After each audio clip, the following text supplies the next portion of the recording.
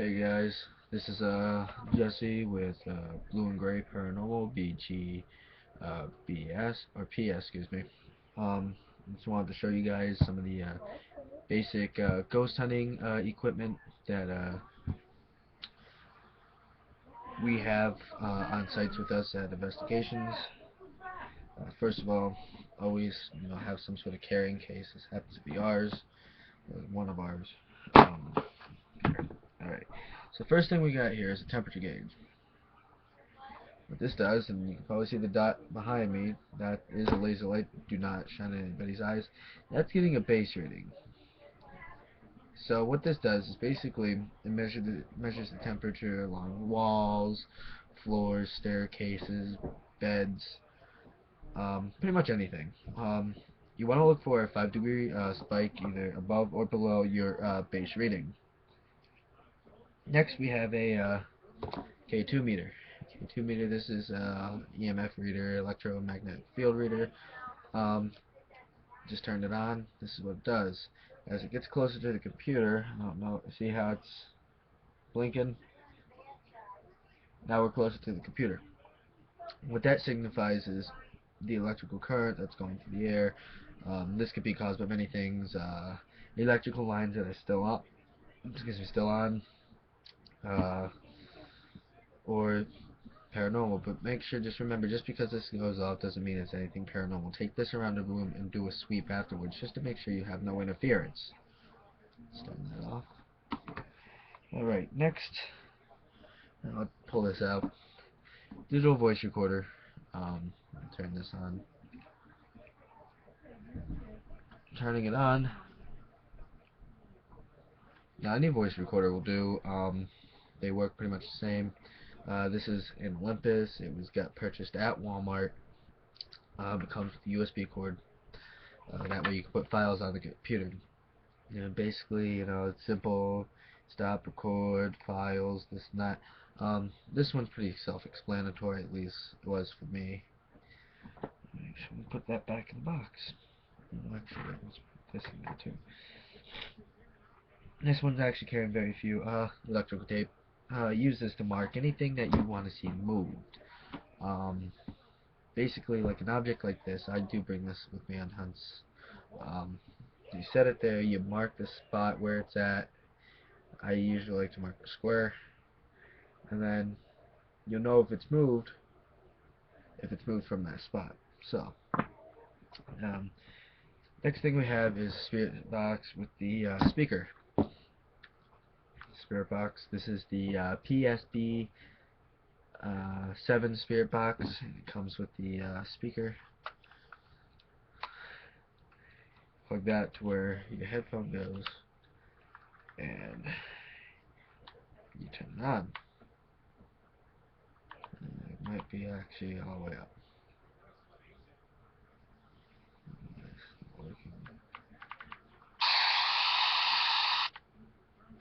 Oh, duh. Excuse my Polishness. I got some. Okay.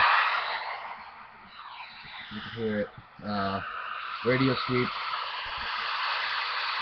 on backwards here. Should be this button right here. And I've got it on the fastest sweep. Now the theory goes that it goes to the radio channels, and the spirits through the white noise will communicate with you. Put that back. Also, your option, we have headphones for them if you do not want to. Preferably, we don't like to use headphones. We all want to hear what the spirits are saying.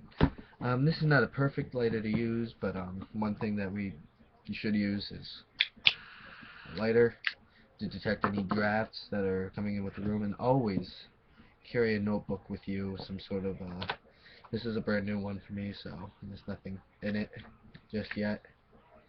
So always record in a notebook what you have, you've seen, so on and so forth. Always use a buddy for ghost hunting. Simple. It just works, the buddy system. Excuse me. Checking our society's phone. Also, one thing you want to have before you go on any investigations, and I suggest going to ghostshop.com. They have free downloads for investigative reports for team leader and investigators. Um, this way, everybody can do the debunk report, this and that, and it's really helpful. Um, so that's why you should always carry this, so you can transfer it over to a report.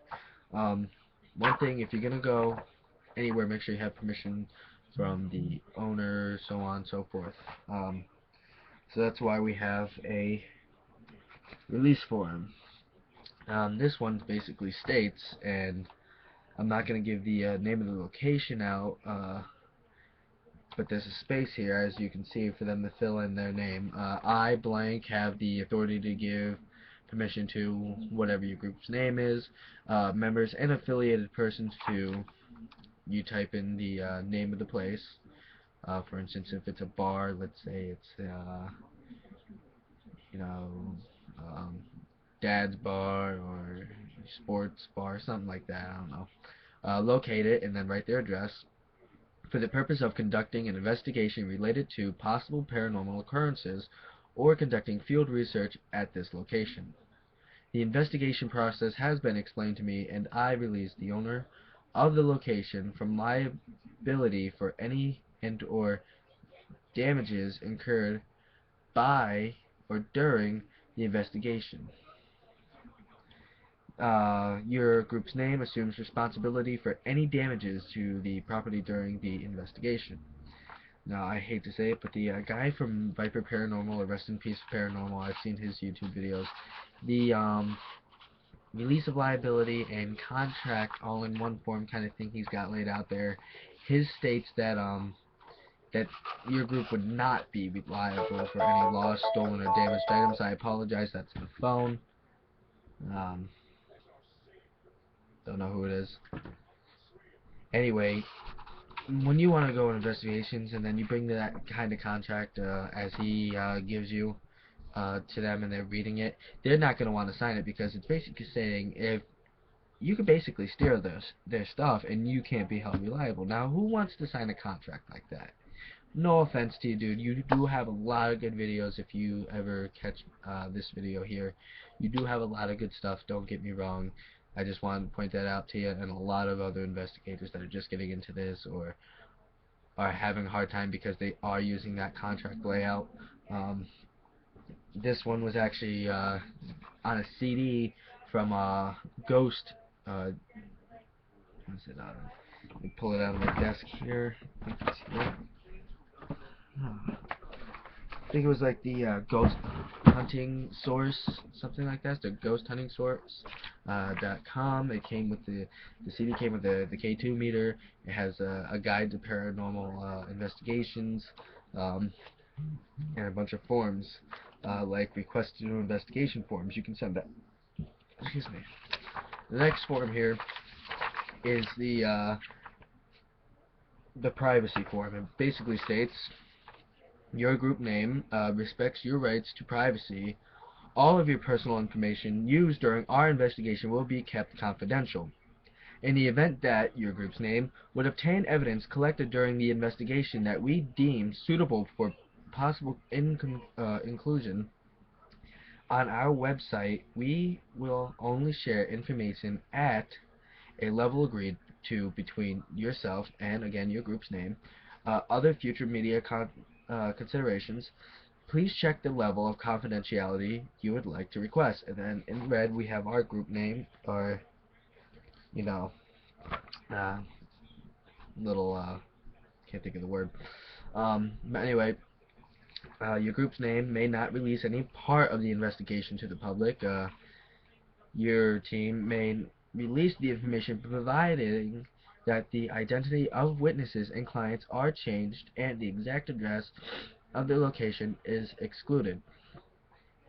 And last but not least, your team may release any and all of the information and evidence collected during the investigation. Other comments or requests they can fill out right there real quick, or bottom of the page if they so feel like it. Another thing they have that's nice, and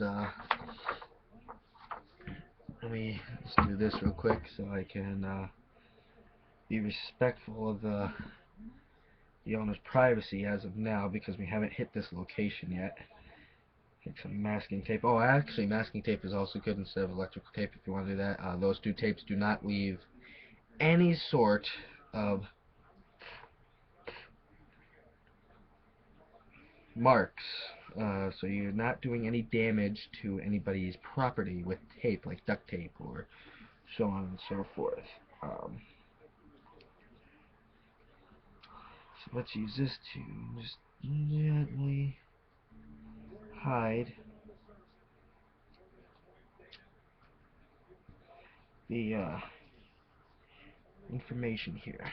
What I'm going to do is I'm going to take a black Sharpie marker real quick, or a pen, and just go over so you can't really make out what's on the address. Okay, basically this is a pre-investigation discovery form. What it's gonna, you're gonna fill it in, and it's gonna ask you the address of the investigation site, mailing address if different from the address of the location, name of witness or witnesses. Bear with me, I'll just go over primary contacts, their numbers, their email, number of occupants, pets, names and ages, religious beliefs, so on and so forth. It's just got a wide variety. It's about 1, 2, 3, 4 pages long, which I think could help with a thing. Also, another thing that you should carry with you is, exclude my crude artwork because I like, I'm artsy. Anyway, is a first aid kit. Always have one on site. This was purchased from Walmart for like 20 bucks. It tells you what's in there. You can always add if you want, and then I have this taped off a little bit so you can actually see. So if somebody may be allergic on your team to the drug facts of what's in here, they can see what's in here. It comes with only 2 pairs of gloves, so if you need gloves, you can go out and buy some. So we have that. Also, what you don't see on a lot of shows and what ghost hunters don't tell you, bring a snack and some water. So if you're on a long investigation, you have something to eat, drink, um, just have refreshments. That's the way I can say it. I also have a smudging feather here. I sage myself. I'm a practicing Wiccan, pagan. I am a high priest of that religion. I am legal clergy.